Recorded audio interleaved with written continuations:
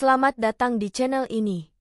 Ketika AS menyerang Cina dengan gelombang tarif baru, harapannya adalah tekanan ekonomi yang sederhana akan memaksa Cina untuk mundur. Namun, kenyataannya berbeda. Sebaliknya, Cina merespons dengan strategi yang telah mereka bangun selama bertahun-tahun. Mereka tidak hanya menargetkan produk Amerika, tetapi juga fondasi pengaruh ekonomi AS. Cina mengenakan tarif pada industri-industri utama AS, tetapi itu hanyalah bagian dari strategi yang lebih luas. Di balik layar, mereka mengamankan rantai pasokan penting, memperketat cengkeraman pada sumber daya langka, dan membuat kesepakatan dengan negara-negara saingan AS untuk melemahkan pengaruh ekonomi Amerika secara global. Ini bukan sekadar aksi balas dendam langsung, melainkan upaya menggeser keseimbangan kekuatan dalam jangka panjang. Hari ini, kita akan menguraikan semuanya. Apa yang sebenarnya terjadi? Mengapa ini penting? Dan bagaimana hal ini mengubah ekonomi dunia? Pada Februari 2025, AS memicu ketegangan ekonomi dengan memberlakukan tarif baru pada barang-barang Cina senilai lebih dari 60 miliar dolar.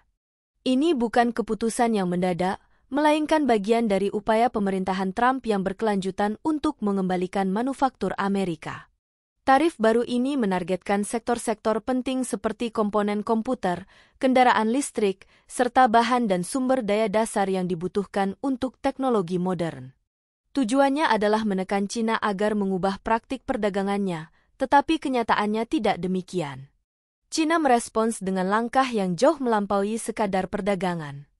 Sementara AS membingkai kebijakannya sebagai perlindungan bagi pekerja Amerika, Cina melihatnya sebagai serangan terhadap ekonominya dan posisinya di dunia. Namun, respons Cina tidak tergesa-gesa atau emosional. Dalam beberapa hari, mereka mengumumkan tarif balasan senilai 35 miliar dolar terhadap barang-barang Amerika, terutama di sektor pertanian, energi, dan otomotif. Namun, ini bukan hanya tentang produk yang mereka targetkan, melainkan tentang strategi di baliknya. Cina memilih industri yang terkait dengan wilayah politik penting di AS, seperti kedelai dari Midwest dan minyak dari Texas. Ini bukan hanya upaya melemahkan ekonomi AS, tetapi juga menciptakan tekanan dari dalam negeri, dengan harapan bahwa bisnis-bisnis yang terdampak akan menentang kebijakan pemerintah mereka sendiri. Tetapi tarif hanyalah salah satu bagian dari strategi Cina.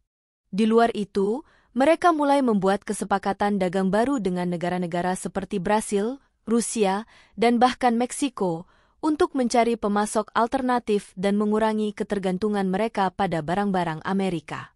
Sementara AS berfokus pada kebijakan tekanan ekonomi, Cina secara diam-diam membangun strategi baru. Salah satu senjata ekonomi terkuat mereka adalah mineral tanah jarang, komponen penting dalam pembuatan ponsel pintar, kendaraan listrik, dan bahkan peralatan militer. Cina mengendalikan lebih dari 80% pasokan global mineral ini. Setelah tarif AS diberlakukan, Cina mengisyaratkan kemungkinan pembatasan ekspor mineral tanah jarang ke AS. Ini bukan hanya ancaman biasa, melainkan langkah strategis untuk memberikan tekanan pada industri yang sangat diandalkan AS, baik untuk bisnis maupun keamanan nasional. Bayangkan mencoba membangun teknologi canggih tanpa bahan baku yang diperlukan, itulah jenis tekanan yang senyap tetapi kuat yang diterapkan Cina. Mereka tidak mengancam secara langsung, tetapi mengendalikan sumber daya yang dibutuhkan dunia. Cina juga tidak berhenti di sektor pertanian. Mereka memperluas strategi ini ke industri energi Amerika dengan mengenakan pajak baru pada minyak dan gas alam cair, LNG, dari AS. Ini langkah yang signifikan, mengingat Cina adalah salah satu pembeli terbesar energi Amerika dalam beberapa tahun terakhir. Dampaknya langsung terasa. Perusahaan energi AS kehilangan kontrak, pengiriman tertunda, dan laba mereka anjlok. Pada saat yang sama, Cina mempercepat kerjasama energinya dengan Rusia, negara-negara Timur Tengah, dan meningkatkan produksi energinya sendiri untuk mengurangi ketergantungan pada AS. Ini bukan sekadar dampak jangka pendek, bahkan jika tarif AS dihapuskan nanti, kesepakatan energi baru yang telah dibuat Cina kemungkinan besar akan tetap berlaku. Ini berarti AS berpotensi kehilangan pendapatan dan pengaruh di salah satu pasar energi terbesar di dunia. Meskipun perhatian utama publik tertuju pada sektor seperti baja dan kedelai, pertarungan yang sebenarnya adalah dalam bidang teknologi. AS mencoba membatasi akses Cina ke teknologi canggih dengan melarang penjualan chip komputer penting dan memblokir perusahaan seperti Huawei agar tidak bisa berbisnis dengan perusahaan Amerika. Pertanyaannya sekarang adalah, seberapa besar dampak strategi ini terhadap keseimbangan ekonomi global?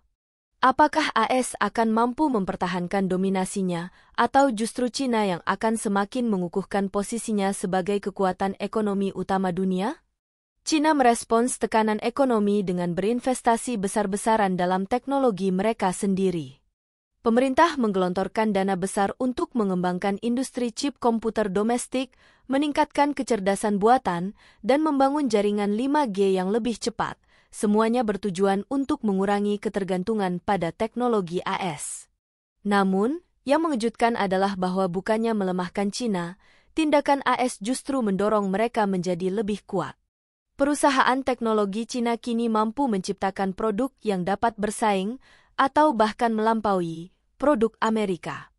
Ini bukan lagi sekadar perang dagang, melainkan perlombaan untuk menentukan siapa yang akan memimpin masa depan teknologi global. Cina dengan cepat menutup kesenjangan dan semakin mendekati posisi sebagai pemimpin utama di industri teknologi dunia. Selain itu, Cina memegang lebih dari 800 miliar dolar dalam utang pemerintah AS. Meskipun menjual semua aset ini sekaligus akan merugikan Cina sendiri, bahkan perubahan kecil dalam jumlah yang mereka beli dapat mengguncang ekonomi global. Setelah tarif baru diberlakukan, Cina diam-diam mulai mengurangi pembelian utang AS. Langkah ini menciptakan efek riak yang membuat pemerintah AS lebih sulit dan lebih mahal untuk meminjam uang, yang pada akhirnya dapat menyebabkan suku bunga lebih tinggi untuk pinjaman rumah, pinjaman mobil, dan kartu kredit. Ini adalah bentuk tekanan ekonomi yang senyap tetapi sangat efektif. AS sangat bergantung pada negara-negara seperti Cina untuk membantu membiayai utangnya. Jika Cina menarik diri, bahkan sedikit saja, hal itu dapat menciptakan masalah keuangan yang tidak dapat diperbaiki hanya dengan kebijakan tarif. Salah satu langkah paling cerdas yang diambil Cina adalah memperkuat hubungan dagangnya dengan negara lain. Sementara AS menambah tarif, Cina justru menandatangani perjanjian perdagangan baru dengan Uni Eropa, negara-negara Asia Tenggara, serta mempererat kemitraan dengan Rusia dan Amerika Latin. Tujuan mereka jelas, mengurangi ketergantungan pada AS sambil memperluas pengaruh Cina di pasar global. Ini bukan sekadar cara untuk menghindari tarif, melainkan strategi jangka panjang untuk membangun jaringan ekonomi global di mana AS memiliki lebih sedikit kendali. Dampaknya tidak hanya sebatas kehilangan Cina sebagai pelanggan, tetapi juga meningkatnya persaingan bagi perusahaan Amerika di pasar-pasar yang sebelumnya mereka dominasi. Sebelum melanjutkan lebih jauh, beritahu kami apakah Anda menyukai videonya. Jika ya, silakan klik suka dan bagikan, dan mari kita lanjutkan. Sementara AS dan Cina mendominasi pemberitaan, Kanada dan Meksiko juga harus menghadapi dampak dari perang dagang ini. Kedua negara terkena dampak tarif AS dan merespons dengan memberlakukan tarif balasan. Kanada menargetkan produk pertanian AS, sementara Meksiko mengenakan pajak tambahan pada baja, daging babi, dan whisky. Namun, yang membuat situasi semakin menarik adalah bagaimana ketegangan ini mempengaruhi hubungan perdagangan mereka dengan Cina. Saat perselisihan dengan AS meningkat, baik Kanada maupun Meksiko mulai membangun hubungan perdagangan yang lebih erat dengan Cina. Pergeseran ini berpotensi melemahkan pengaruh AS bahkan di kawasan dekatnya sendiri, mengubah mitra dagang utama menjadi negara-negara yang kurang bergantung pada AS dan lebih condong ke Cina. Salah satu dampak terbesar dari perang dagang ini bukan hanya tarif itu sendiri, tetapi bagaimana rantai pasokan global mengalami perombakan besar-besaran. Selama bertahun-tahun, AS dan banyak negara lain sangat bergantung pada Cina sebagai pusat manufaktur dunia. Namun, dengan meningkatnya tarif dan ketegangan geopolitik, banyak perusahaan mulai mempertimbangkan kembali strategi ini. Cina, yang menyadari tren ini, telah berinvestasi di negara-negara seperti Vietnam, Indonesia, dan bahkan beberapa wilayah di Afrika untuk menciptakan jalur pasokan baru yang tidak bergantung pada AS. Kemitraan ini tidak hanya membantu China menghindari risiko tarif di masa depan, tetapi juga memperkuat hubungan dengan ekonomi negara-negara berkembang. Bagi perusahaan-perusahaan Amerika, perubahan ini berarti meningkatnya biaya produksi karena harus mencari lokasi alternatif serta waktu penyesuaian yang lebih lama. Ini bukan sekadar gangguan jangka pendek, melainkan perubahan permanen dalam cara barang diproduksi dan didistribusikan di seluruh dunia. Sementara itu, salah satu kelompok yang paling terdampak dari perang dagang ini adalah petani Amerika. China sebelumnya merupakan salah satu pembeli terbesar produk pertanian AS, seperti kedelai, jagung, dan daging babi.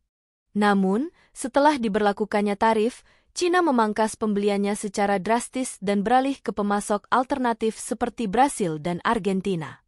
Bagi para petani Amerika, dampaknya sangat besar. Permintaan menurun, harga anjlok, dan utang mereka terus meningkat. Banyak dari mereka menghadapi kesulitan keuangan yang parah, sementara pasar yang sebelumnya mereka andalkan kini telah berpindah ke pesaing internasional.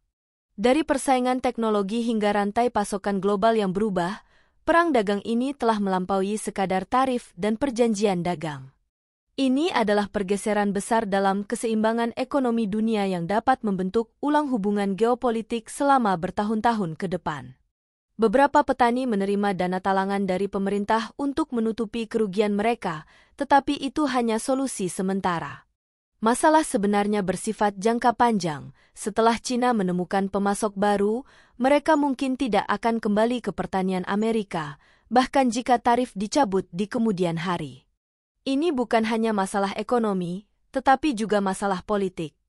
Komunitas pertanian merupakan basis pemilih utama di AS, dan meningkatnya rasa frustrasi mereka memberikan tekanan besar pada para pemimpin untuk mempertimbangkan kembali kebijakan perdagangan mereka. Saat negara-negara saling menerapkan tarif, bukan hanya bisnis yang merasakan dampaknya, tetapi juga masyarakat luas.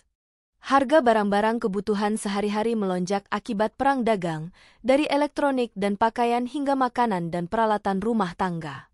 Bisnis yang menghadapi kenaikan biaya impor seringkali membebankan biaya tambahan ini kepada konsumen.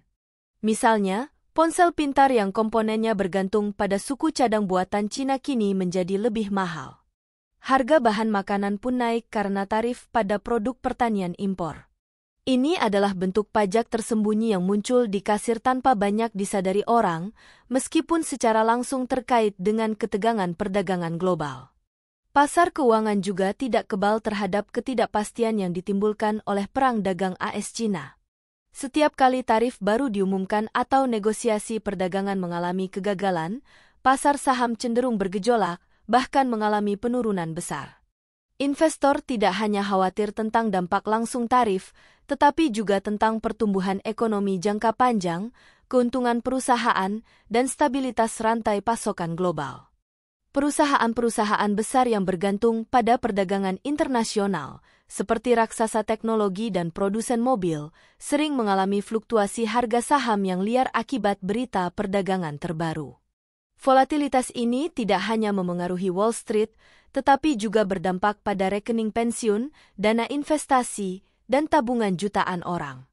Ketika pasar menjadi tidak stabil, risiko meningkat, dan keamanan finansial masyarakat terganggu. Dampak perang dagang ini juga dirasakan di seluruh dunia.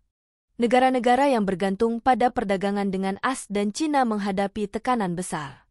Misalnya, negara-negara Asia Tenggara mengalami gangguan dalam rantai pasokan, sementara perusahaan-perusahaan Eropa menghadapi kenaikan biaya untuk mengimpor barang terkait perdagangan AS-China. Bahkan negara-negara berkembang yang menyediakan bahan baku untuk industri China ikut terdampak akibat menurunnya permintaan. Efek domino ini menunjukkan bahwa perang dagang bukan hanya masalah bagi AS dan China, tetapi juga memperlambat pertumbuhan ekonomi global, meningkatkan biaya di seluruh dunia, dan menciptakan ketidakpastian bagi bisnis serta pemerintah di berbagai negara. Ketika dua ekonomi terbesar dunia bentrok, gelombang kejutnya dapat dirasakan di setiap sudut dunia. Lalu, kemana arah semua ini? Tidak ada yang tahu pasti. Perang dagang mudah dimulai, tetapi sangat sulit diakhiri. Bahkan jika AS dan China mencapai kesepakatan baru, kerusakan yang terjadi pada hubungan bisnis, rantai pasokan, dan kepercayaan politik sudah terlanjur terjadi. China telah menunjukkan fokusnya untuk mengurangi ketergantungan pada AS dengan berinvestasi besar dalam industrinya sendiri, membangun sekutu ekonomi baru, serta mendorong kepemimpinan global dalam teknologi dan keuangan. Sementara itu, AS menghadapi tantangan besar. Bisakah mereka mempertahankan pengaruh ekonominya di tengah persaingan global yang semakin ketat, bukan hanya dari China, tetapi juga dari jaringan perdagangan yang sedang dibangun China? Pertanyaan utama bukan hanya tentang tarif, melainkan tentang bagaimana hubungan AS dan China akan berkembang di era ekonomi global yang terus berubah. Perang dagang ini melampaui sekadar kebijakan tarif. Ini adalah pertempuran untuk menentukan siapa yang akan memimpin perekonomian dunia di masa depan. China tidak bereaksi secara acak. Setiap langkah mereka adalah bagian dari strategi jangka panjang untuk menggeser keseimbangan kekuatan ekonomi. Pertanyaannya kini adalah, siapa yang sedang mempersiapkan diri dengan lebih baik untuk memimpin di tahun-tahun mendatang? Apakah strategi AS tetap kuat, ataukah China secara diam-diam semakin mengukuhkan dominasinya? Bagaimana pendapat Anda mengenai video ini? Jika Anda punya pendapat, silahkan tuliskan pendapat Anda pada bagian komentarnya. Dan jika Anda suka dengan video ini, silahkan klik like dan subscribe. Dengan begitu kami akan membuat video lainnya untuk Anda semua. Terima kasih dan sekian dulu dan sampai jumpa di video berikutnya.